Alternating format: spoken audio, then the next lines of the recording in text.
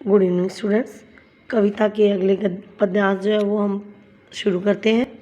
ध्यान से सुनिएगा।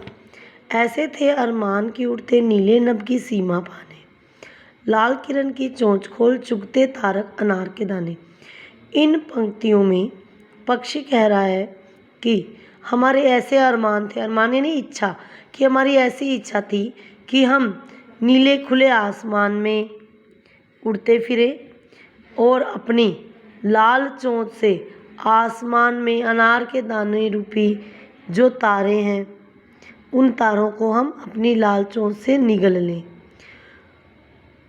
होती सीमाहीन क्षितिज से, होती सीमाहीन मतलब जिसकी कोई सीमा नहीं है, क्षितिज मतलब आसमान और धरती जहाँ मिलते हैं, कि इन पंखों की होड़ा होड़ी, कि जब हम खुले आसमान में उड़ते तो हमारे दोनों पंख में एक दूसरे होड़ा होड़ी होना मतलब प्रतिस्पर्धा, आगे निकल जाने की प्रतिस्पर्धा, कंपटीशन, कि इन हमारे दोनों पंखों में एक दूसरे से आगे निकलने की प्रतिस्पर्धा होती और हम सीमाहीन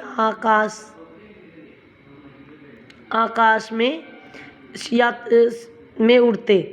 या तो क्षितिज मिलन बन जाता या तंती सांसों की तोड़ी की डोरी, कि इस स्पर्धा में या तो हमें सीमाहीन आसमान के क्षितिज को हम पा लेते, यानी कि अंतिम सिरे को हम पा लेते, या फिर थक हार कर बैठ जाते। हम इतना उड़ते कि हमें और उड़ने की हिम्मत ना होती और हम थक हार कर बैठ जाते। अब पक्षी आगे की पंक्तियों में कह रहा है, ध्यान से सुनिए। नीड़ न दो चाहे टहनी का, आश्रय छिन भिन कर डालो, लेकिन पंख दिए हैं तो आकुल उड़ान में विघ्न न डालो। इन पंक्तियों में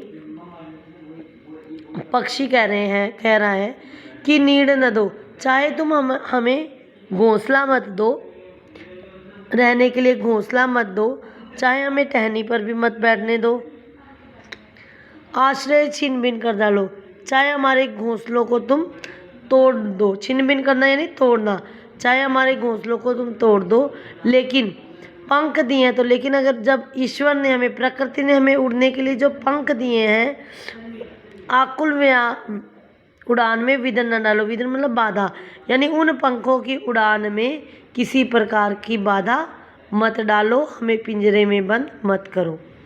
ये हमारी पोयम कंप्लीट होती है। Stay home stay safe.